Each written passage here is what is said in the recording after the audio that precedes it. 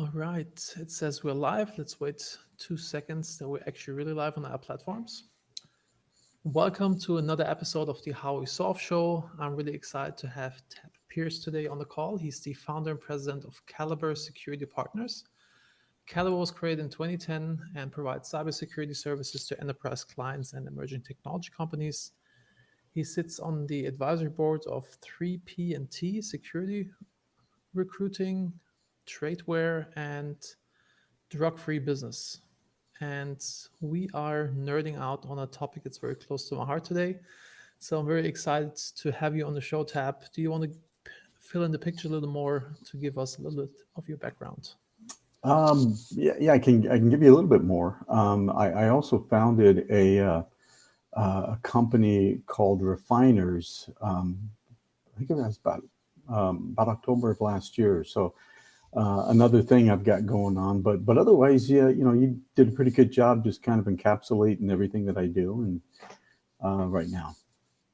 Also, out of curiosity, what does Refiners do?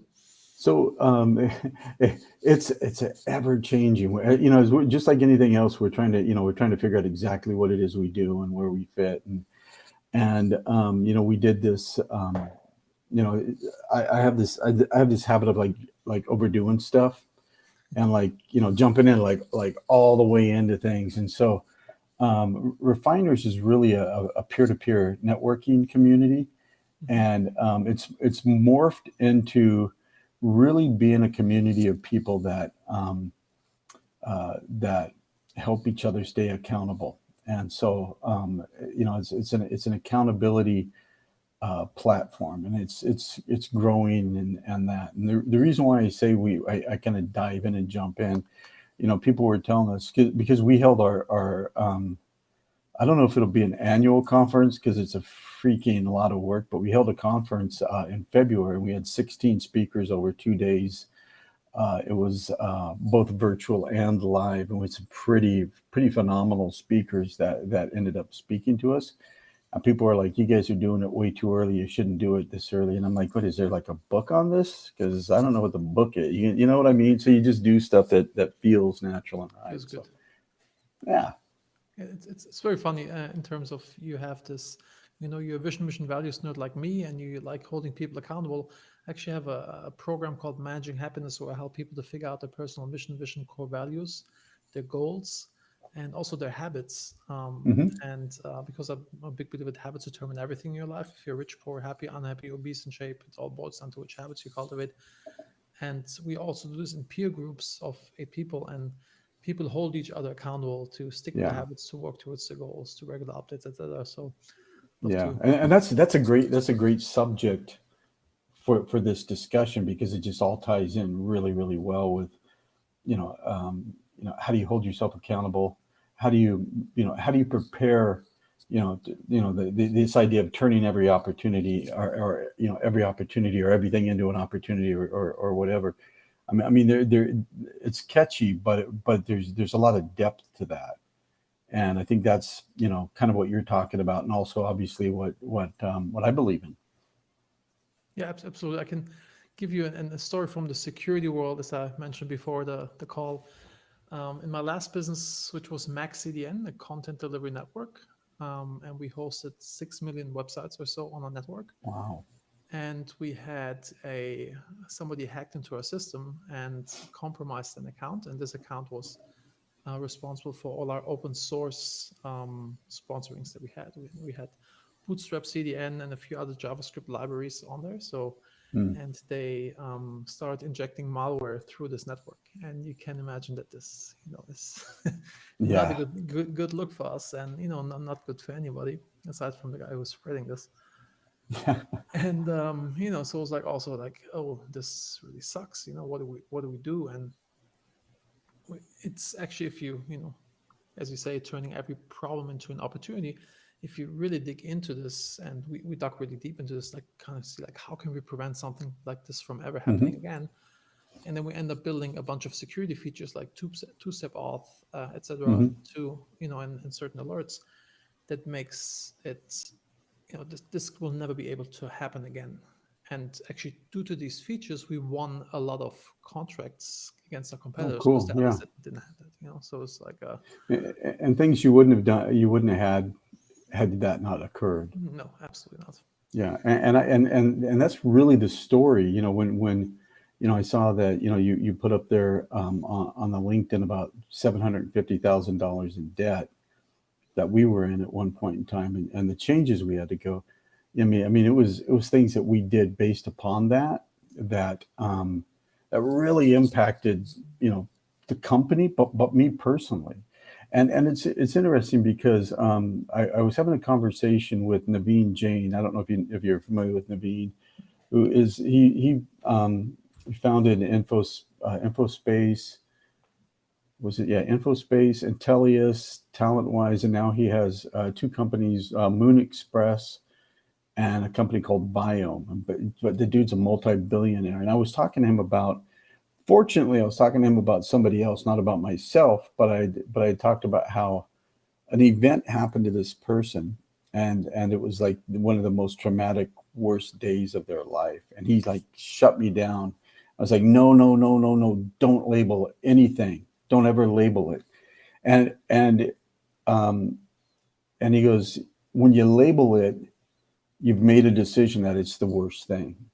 And as he's talking to me, I'm like, man, I'm glad I didn't tell him, because what I had done up to that point in time, when I found out, I mean, when we found out that the company was $750,000 in debt, it wasn't like some slow roll. It wasn't like, hey, man, I think this is going on. I mean, it was like our internal accountant, who's now the president of my company. We got that close where he just kind of elevated throughout this process, and to the point where he was running the company. So, I moved in just CEO, and he was the president. But he set me down and he was like, hey, you've got to listen. I've been trying to get through to you.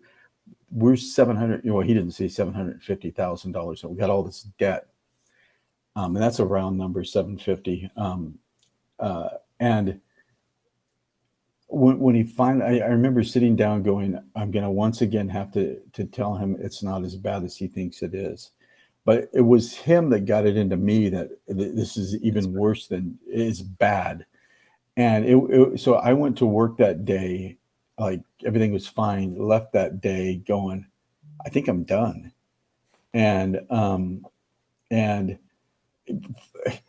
I say this, and anybody who's listening will be like, man, I don't believe that. Fortunately, $250,000 of that was owed to the IRS, and the IRS does not forgive debt. And so the best way I had to pay off $250,000 in debt was to make my company work, make things happen, make things grow. I say fortunately because, people are like, oh, it's really cool that you didn't file bankruptcy. It's like, I filed bankruptcy because I had owed 250 grand to the IRS. Let's not, paint me into being, a saint.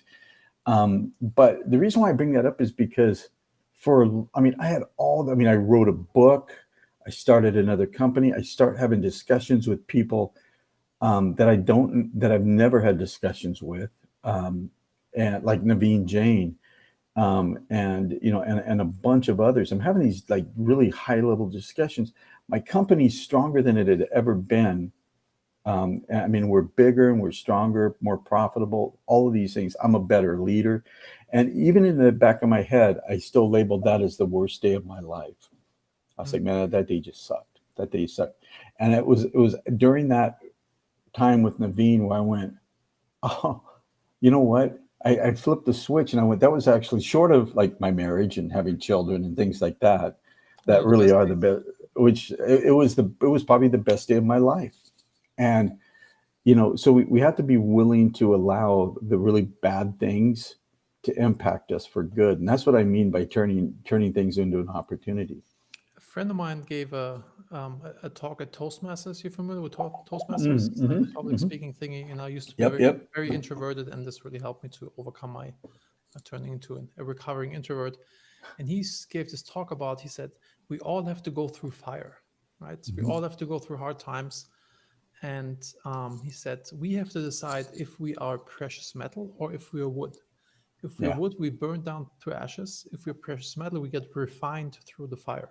We get better through the fire. And this was like the same thing with you, like he got this, kick in the ass through, your account telling you, hey, dude, it's actually really bad. We're this much money in debt. And, and this whole situation, like just the fire on your butt that you moved Yeah. and evolved, and you grew basically from it. Yeah. And it's interesting that he talks about the refiner's fire. That's how we came up with the name refiners. Mm. So the intent is to refine to the refiner's fire. But you know what? What you say. Is, are we precious metal or are we wood?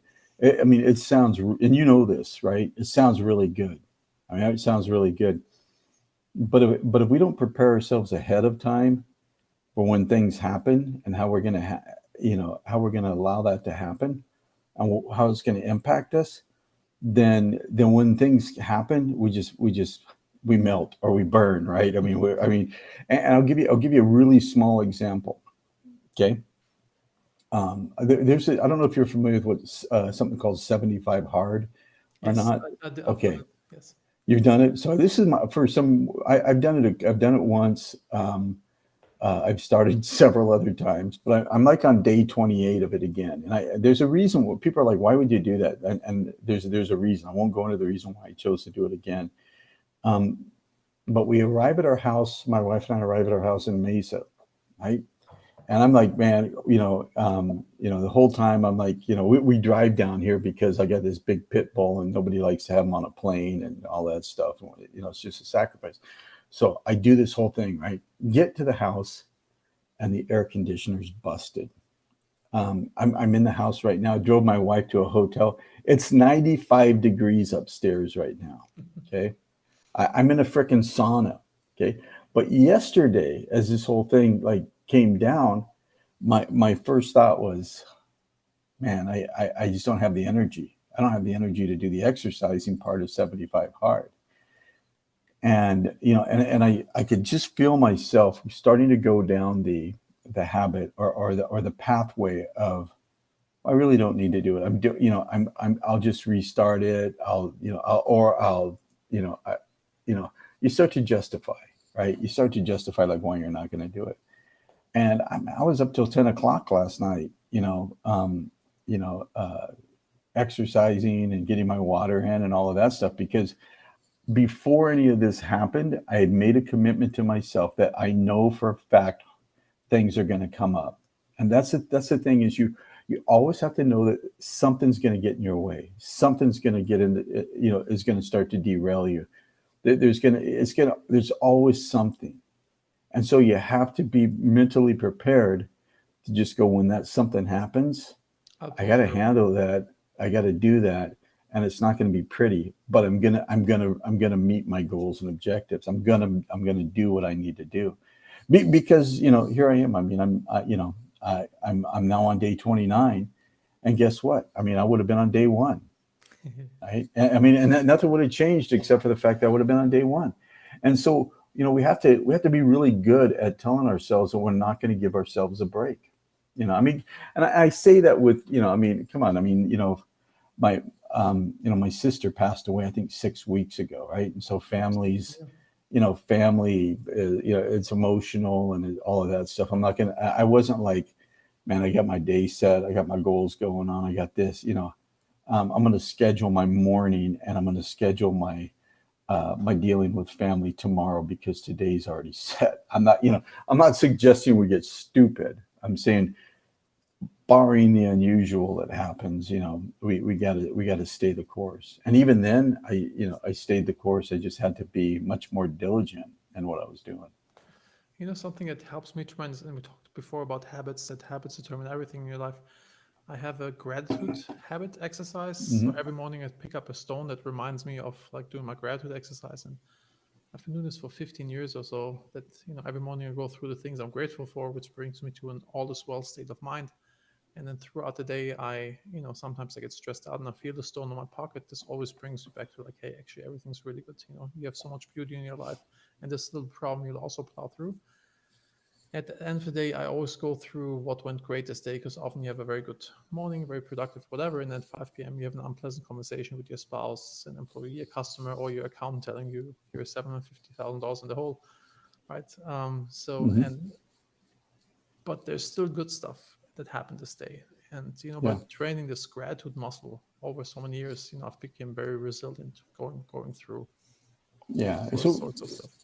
so my wife and I work closely together. And she doesn't work for my company, but we work closely together, and we're always like checking on each other and seeing how we're doing and that. And so we started doing this thing years ago. We started doing it because when Caliber was going through this thing, she was constantly like, "How you feeling? How you doing? What's the?" She was like doing this constant pulse check, because I was like, I would get the entrepreneurial version of bipolar, right? Mhm. I mean, I would be like, oh my gosh, the sky's falling. Oh my gosh, it's and so she would say, "How you doing?" And we started doing this thing like, "What's your frequency?" And it was like 1 to 10. 1 to 10, what's your frequency? And if it was 8, we'd be like, okay.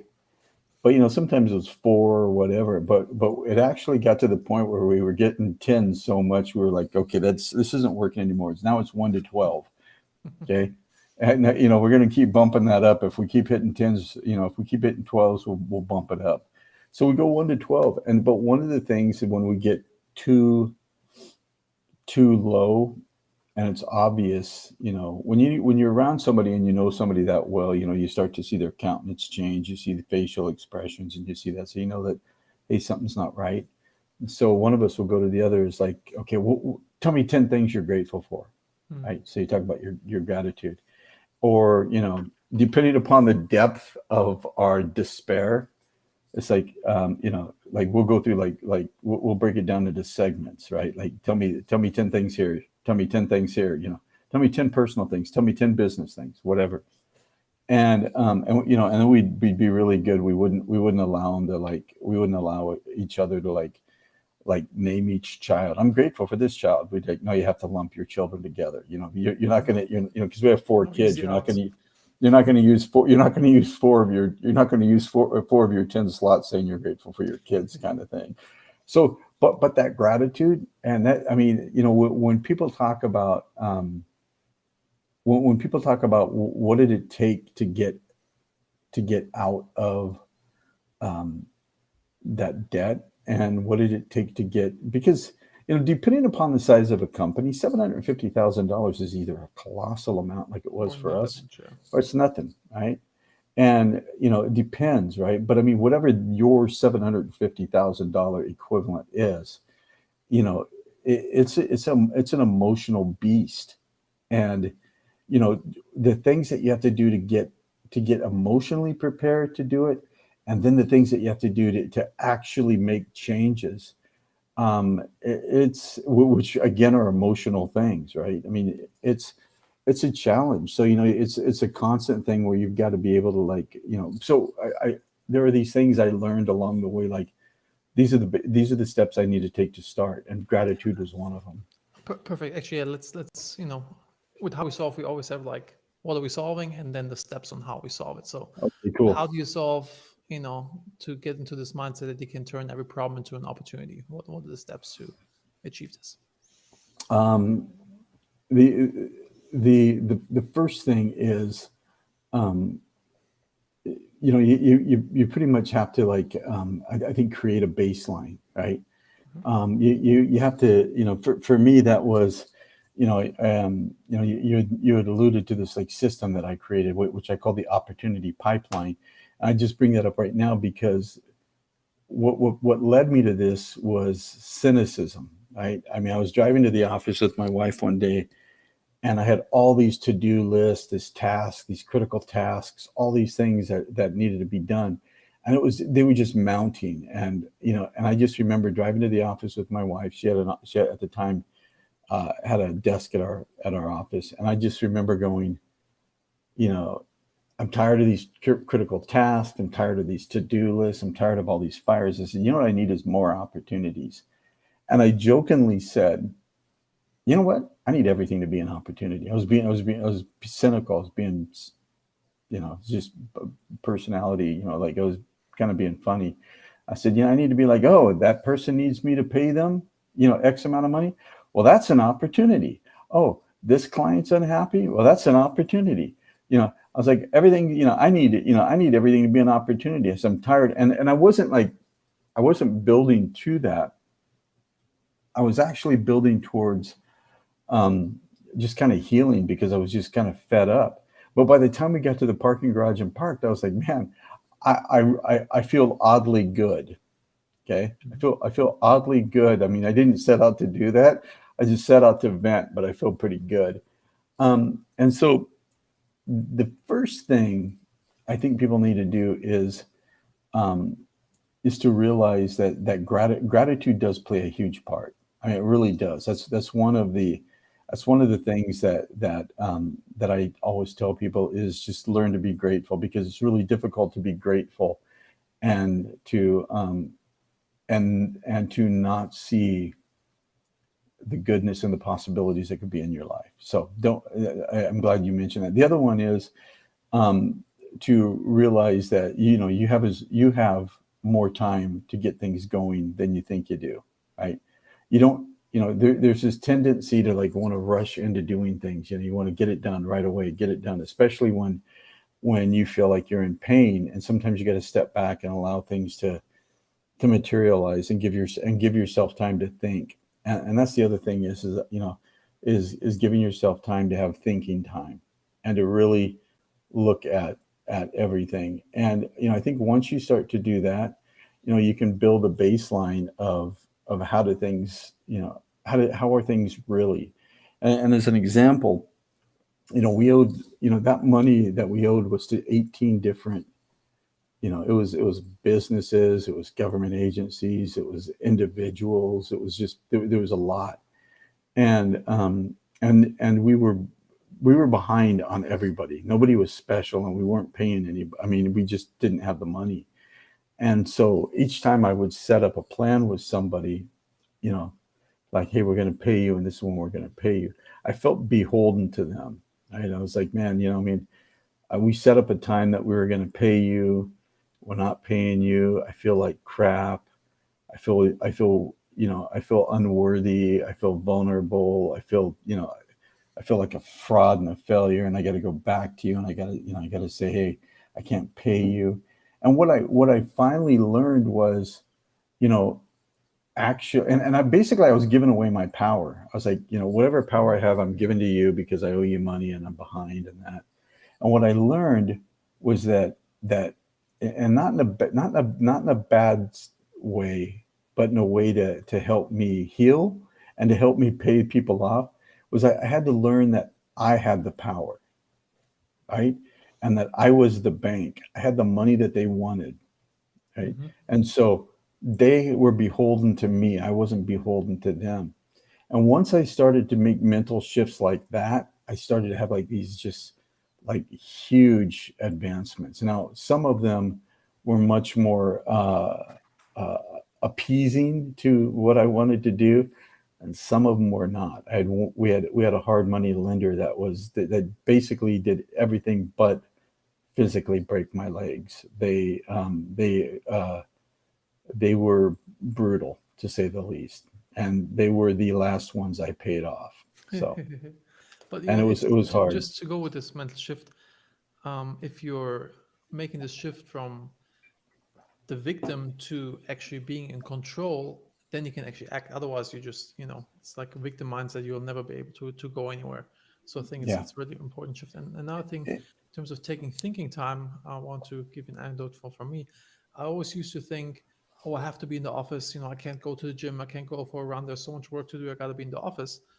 But once I took the time for me and to go on a run, to go to the gym, it's actually, I get so many good ideas while I'm on a run. I solve so many knots in my head, or have business solutions, etc. That it's really a big part of work. It's actually super important that I'm doing this. I'm not just, to take some distance and allow myself. Yeah. But yeah. So no. So I like that, because, there's there's this whole thing about, that it's like, man, I rise, I grind, I'm working, I'm working late, and there's just like this mentality that a lot of entrepreneurs get. Like, they're just like, like I'm up here, and everybody else is down here. It's like, I used to live that, man. I used to be like, like I'm a grinder. I do this, I do that, and I still work harder than anybody else. But there was a time that, I mean, like I wasn't working out, I wasn't taking care of myself.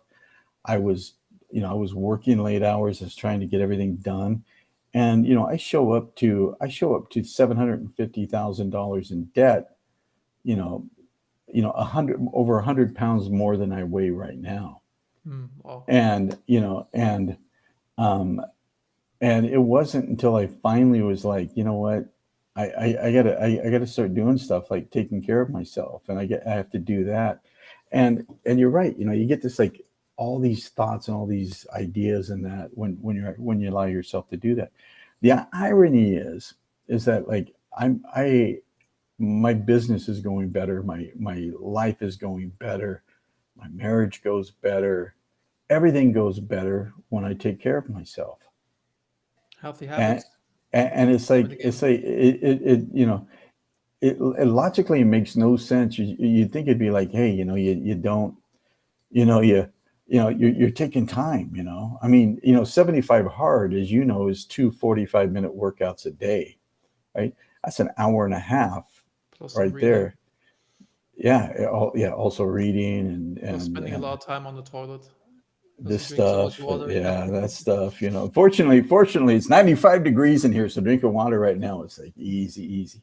But you know what I mean. I mean, so it's like you have to take care of yourself, and that was one of the things that I had to teach myself when I was going through this, because I kept thinking, I mean, my wife took my phone one time and said, let me have your phone, and she shut off all my notifications, because I was like in the heat of this battle of trying to get over $750,000 in debt.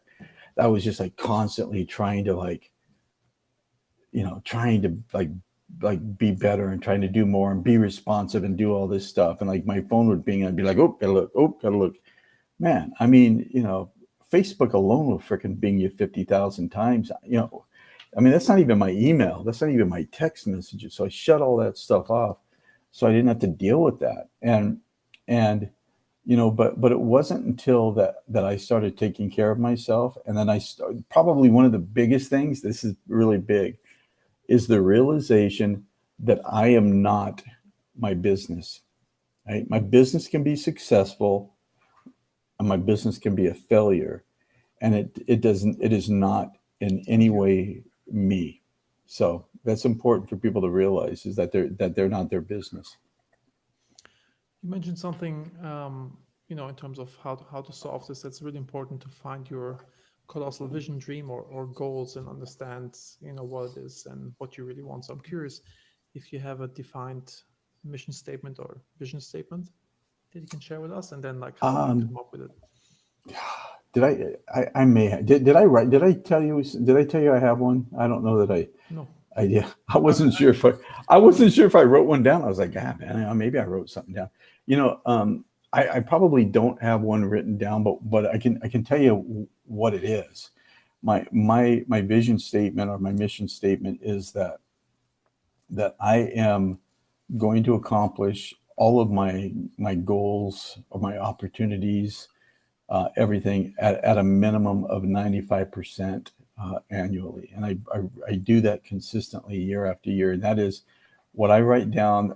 I don't write down, I think New Year's resolutions get a bad rap, and they get that because people don't know how to turn a resolution into an opportunity or into a goal, and to really make that thing work for them. And so what they do is they just say, I'm going to lose weight. It's like, nah, no, you're not. I'm going to lose this much. No, you're not.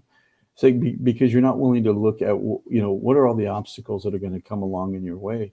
And so I look at, that opportunity pipeline that I created, and it's like I know what I'm doing down to the hour, and I know if I'm off schedule or not. And today I'm off schedule. I just am. I mean, I had to pack my wife up into our vehicle, and had her take her to the hotel, because she doesn't like 95 degrees. So it's like an hour of my day is shot doing that, but I'm going to make it up. And so it's the ability to see what's coming and make sure that I complete all of my goals. okay. So And that may not be a good mission statement, but that's what it is. You're on a mission to complete what you're setting out to do, Yeah. I guess, right? And I usually set some big goals like this year.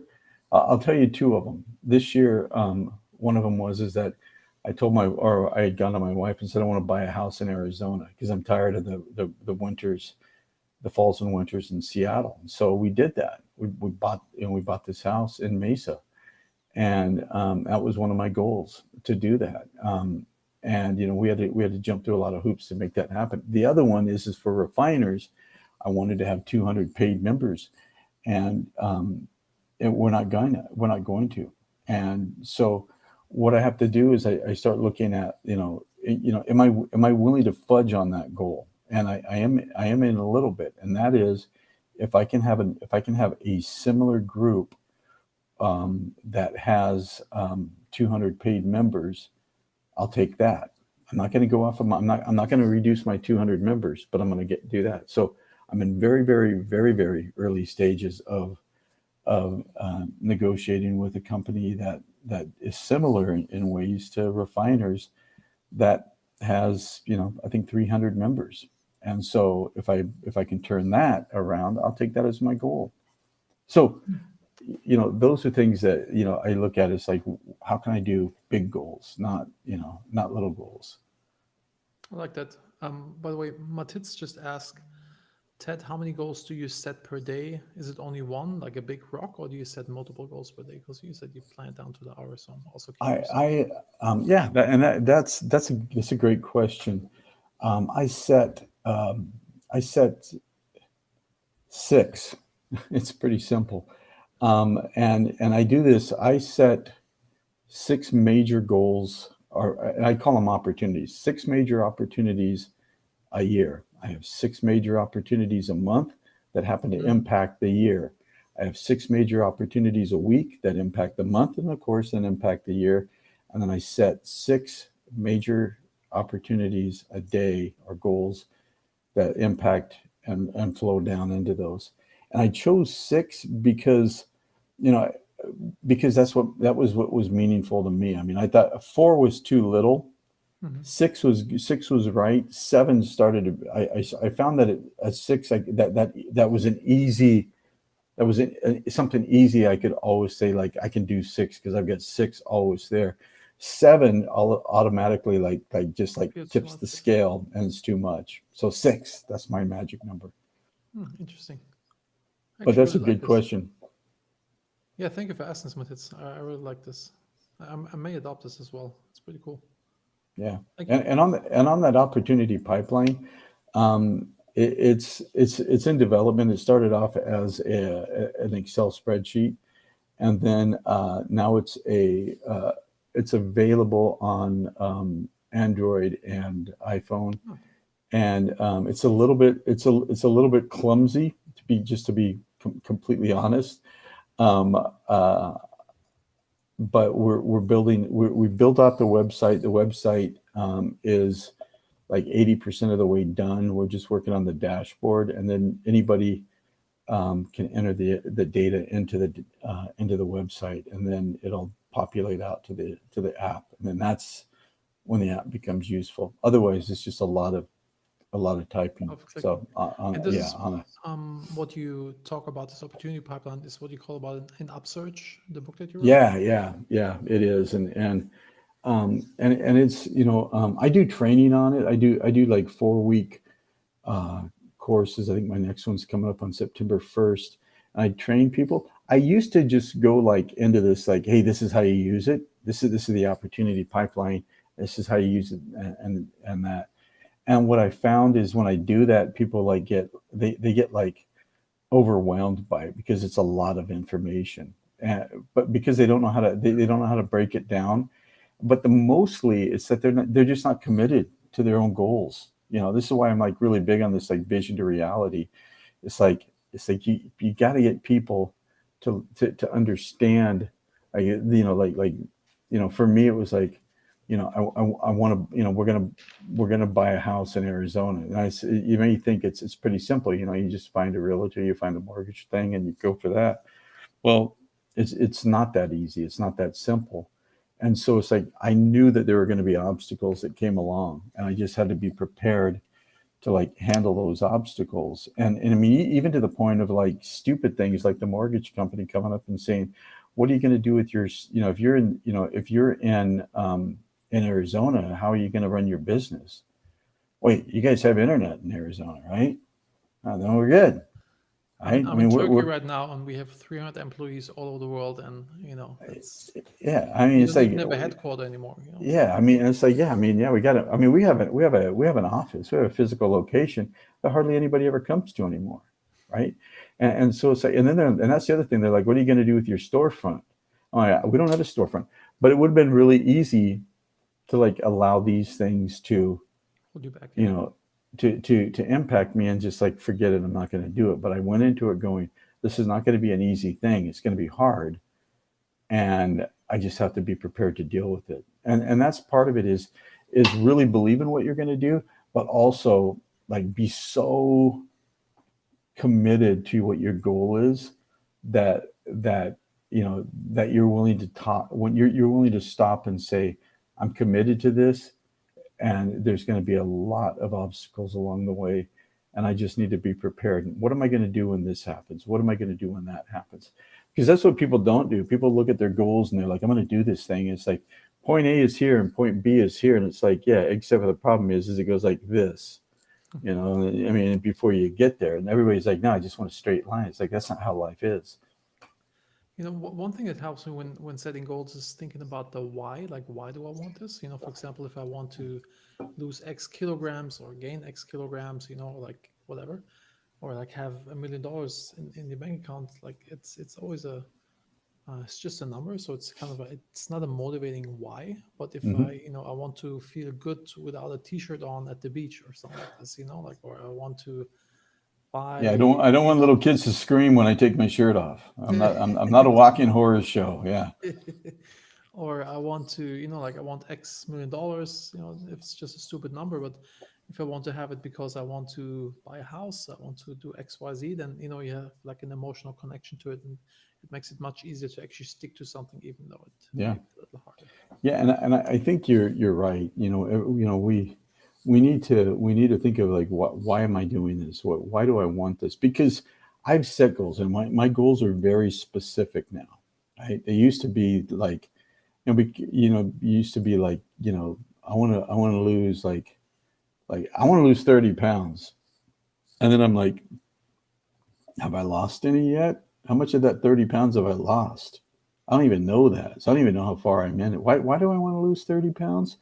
And so I think being specific with a goal, like really specific, and then in addition to that, like not only just understanding your why, but when. Yeah, smart goals. Yeah, specific, and measurable, attainable, and yeah, time-based, right? and it's one of the things, and I'm fascinated with Naveen Jain. The guy's just to me amazing. But as we were talking, he said he asked himself 4 questions. One of them I have a hard time asking. Okay, and you'll figure out why. One of them is, why me? When he's looking at taking on a new venture or maybe a new goal or whatever, why me? Why this? Why now? And then the fourth one is, will it impact a minimum of 1 billion people? And that's the one I have a hard time with.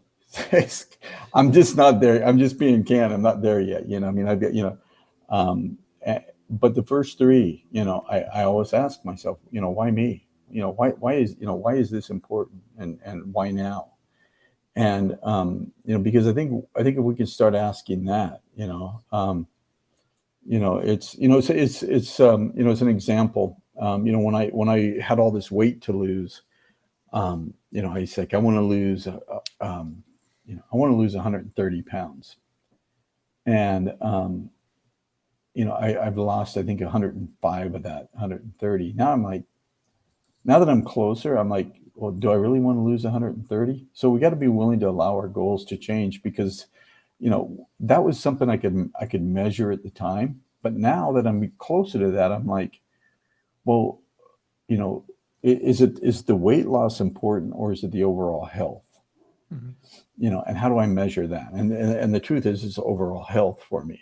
But at the time, I couldn't say I want to, I want to have overall health. It was the only thing I could do is just measure that I needed to lose a crap ton of weight. So, Yeah, I think it's totally okay that you can adjust goals. yeah, yeah. And the one thing that I do is I set up a goal every year, the goals, and I don't allow myself, I don't allow myself to wholesale change a goal. I mean, my objective is if I give it a lot of thought and I give a lot of direction to something, I really go into it. I start looking at my coming year's goals about October. So I give myself about 90 days to really think about it, really percolate on it, really come up with some great things. And then it's like, if they're really good, why should I change them? Now, like I said, I will say, like with refiners, it was like, no, I'm trying to build a community, and this is why I'm trying to build this community and why I'm doing it. And so if I can't reach it this way, maybe I could reach and the real objective another way. And I'm willing to do that, but I wouldn't have been willing to. I mean, like maybe I would have, as an example, maybe I would have been willing to say, wow, we went to, my wife and I went to Sarasota, Florida, and wow, man, we thought we loved Arizona, but we loved Florida even more. I would have made that shift because Mhm. it's, am I willing to do Mesa or Sarasota? That part's okay. But I wouldn't be willing to say, you know what, that's not important, because if it was important enough for me then, it's important enough now. Makes sense. Now, maybe I'll add something, but I'm not taking anything away. Taking away. Yeah, it's tough. It's the same thing with the, you know, um, still doing the 75 hard when, like I went on runs at close to midnight in the rain, in the Oh, dark yeah. because I, didn't do my second thingy yet. That's the, um, yeah, Yeah. but And 75 hard is a weird thing. I get people like, why would you do that? And I did it the first time because I did it because it was a weight. I looked at it as a way to like push my weight loss, and it did. But this time I did it because, I big had a game. couple of, yeah, but there was a couple of things going on in my life at the time. Well, I had mentioned my sister had passed away, and I had Caliber had the worst client that we had in 10 years. It was the worst client that I'd ever had in 35 years. And so those two things, you know, um, just like really took me out of my game. And so I went back. I was looking for something that I could like put a stake in the ground and go like, this is it. So to me, 75 hard was putting a stake in the ground. It's like this is something that like it's very rigid in what you have to do. That's why I did it. But of course, what it did is it allowed me to focus on all these other objectives I have. And then I'm constantly looking like right now. One of my opportunities that I have for this year is to complete my second book. I'm behind schedule to do that this year, which means that Can I you either can you have to. cheat Ghost Riders? Like What's that? can you cheat and use a Ghost Rider? A goal spread. What is a goal? What do you? A What's a goal? ghost writer. For Oh, example, Ghost Rider. I did I could. I could. That would be to me that'd be a reasonable cheat, except for the fact that I like to write, mm, and so I want to write my own stuff, and so basically what that means is that I either have a couple of different options. I either don't do my goal or I do my goal, and it's pretty simple. And I don't miss goals, and especially here we are in August. I mean, I'm gonna have to make changes in order to reach that goal, and I will. And part of the reason why I say that is because there was I got to remember what the study is. There's a study that was done that talks about like the likelihood that you're going to actually complete your goal. It's like it's 10% if you just think about it. It's like, and it goes up to yes, 95% yes. Actually, if you basically tell the if world. you tell a friend, if, if you tell the world, and also there was another one. If you have a peer group that holds you accountable, it Yep, makes it like yep. even. it's through the roof in terms of It goes to um, 95%. And so that's why, actual that's why, people.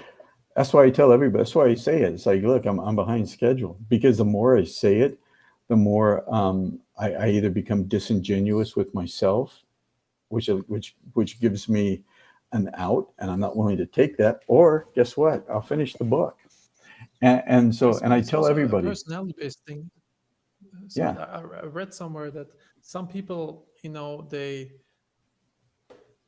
get excited from sharing that they're working on XYZ, and this kind of like gives them satisfaction that they talked about, and then they lose the drive to actually complete the goal. So I think yeah. there's, also a trap So, in it. But yeah, I'll tell you one more thing, okay, that I learned. Um, uh, I don't know about women. I don't think women are this way, but men lie. Men just lie, and and um, and they don't want to tell you goals. They don't want to tell you what they're doing because they don't want to be accountable. If they open up and they mm, say it, then they're going to be vulnerable and they're not going to do it. And so men, it's women are great because women are like, I'm going to do this, and they open up and they talk, and men are just like, I don't want to do that. And it's like when I wrote the book, when I wrote Upsurge, I was completely vulnerable, and I had people like, are you sure, men, are you sure you want to say that? I mean, you're letting all these people know your inadequacies, and what I learned was like my inadequacies was actually my strength. And it's like the fact that I'm willing to go out and say that I'm not perfect, that I've got all these things that I'm working on, makes me stronger than the average person that just wants to internalize it and make people think that they're great. And I'll say it this one, and I learned this because I had my wife and I had a combined joint midlife crisis when we bought the farm, literally bought the farm. We had chickens, we had goats, we had cows. No cows. We had a horse, we had we have rat. three We had all this. donkeys, same Yeah, thing. we had all this stuff. We just decided to do this, but we had 25 chickens, and I have a buddy that grew up on a farm, and we didn't have a rooster at the time, and he was like, "How are you gonna have eggs?" I'm like, "What are you talking about?" He goes, "How are you gonna have eggs? You don't have a rooster." I'm like, "Dude, you grew up on a farm, right?" Yeah. I'm like, "Dude, you don't need a rooster to have eggs. You need a rooster to have eggs fertilized. How do you not know that?" He goes, "No, I don't think you're right." And I was like, wait a second. Here's this dude that for years, grew up on a farm telling me all this stuff. And the dude's full of crap. And it just dawned on me. It's like when guys sit around and do stuff like talk about cars, like, this car's got this engine, it's got this, it's got that.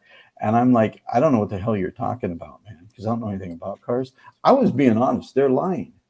I mean, I found so much of that out so this idea of being open and being honest and just saying these are the things I'm working on and I'm in jeopardy of not meeting them, and just say hold me accountable, and just tell And you get help from everybody. people. Yeah.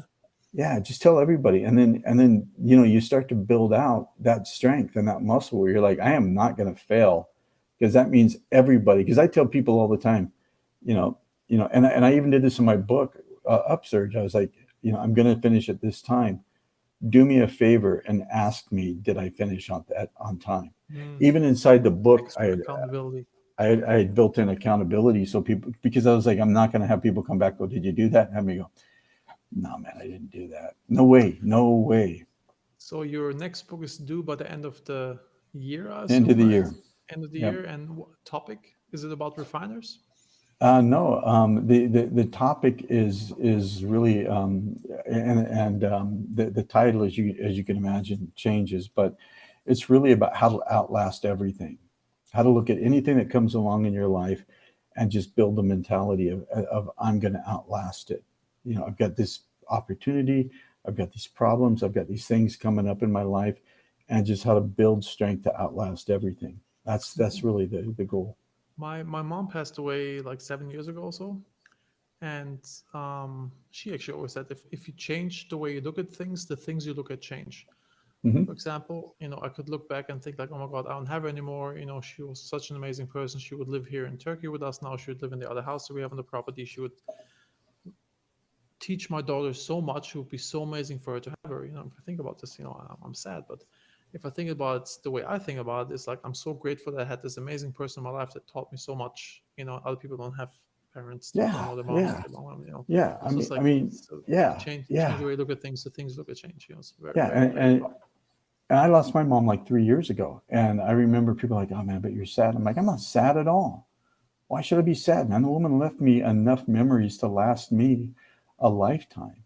I mean, she filled the vat of everything, and so it's like she's still here, right?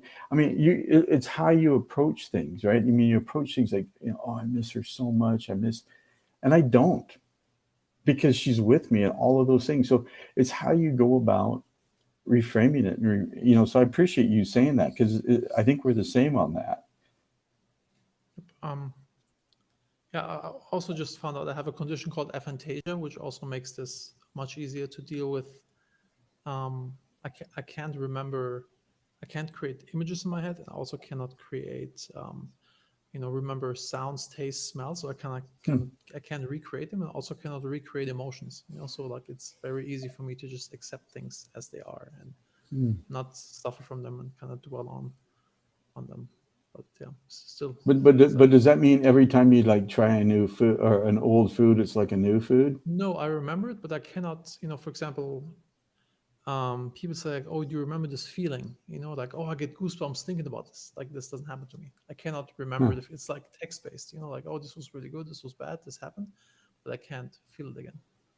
Yeah. So, for example, my daughter, she has like some terrifying experience at the doctor where like getting blood drawn, and then she had a splinter in her foot, and I got the needle out to get the splinter out, and she was kind of reliving this thing that she had with the Mm. doctor. I can't relive this stuff like that. Yeah, So kind of like the feeling you get when you think about eating a lemon, and it just makes no, your whole face pucker up, and you get that, you no, don't I get that. can't. I can't do it. No. Yeah. So you got to flip the switch and figure out how you make that work for you. Oh What's yeah, the no, it positive, works right? amazing for me. I think it's an Yeah. absolute blessing. I'm very Yeah, grateful. exactly. I mean, I mean, you have to. I mean, you got to look at I mean, everything is like, what's the opportunity? What's the outcome? How am I going to make this work for me? Because the Well, alternative is like, what's the alternative? Ah, the this alternative that sucks. is that we're wood and we burn down to ashes, right? And Yeah, we are in the victim position. exactly. And I, that I, sucks. I really love what you're doing. How can people find you, and how can people find more about refiners? How can they find this community? And yeah, please tell us how people can So, find you. so the refiners community, just simply, probably the best way is refiners community on Facebook. That's probably the best way for people to find us. Me, tabpierce.com. People can email me at tabpierce@gmail if they want, or tabpierce at, no, wait, no, it's tab@tabpierce.com, but that one's kind of weird for me to think about, like over redundant use of my name. Um, but yeah, those are probably the best ways to get a hold of me. The book is available. Um, uh, it's on Amazon. It's print. It's Kindle. It's on Audible. So for Oh, it's lazy awesome. It's on people, Audible. yeah. Perfect. Yeah, I'm a So lazy person. so I so consume a lot lazy. of Yeah, Audibles. I was gonna say lazy people like me that like Audible. Uh, you know, it's available there. And then yeah, I mean, anybody that's interested in doing inexpensive 4-week course on taking their vision to reality, and that they can reach out to me and learn more about that as well. Awesome. Thank you very much for Cool. being Yeah, on. man. Again, Thank the book you. is called Upsurge, The Opportunity Pipeline. Check it out. I'm gonna get it on Audible and we'll consume it. Peace. Thank you very much Cool. for being on the Thank show. you. Really Thank enjoyed you. it Thank you. nerding I out did with as you. well. Yeah, thanks. I did too. Thank you.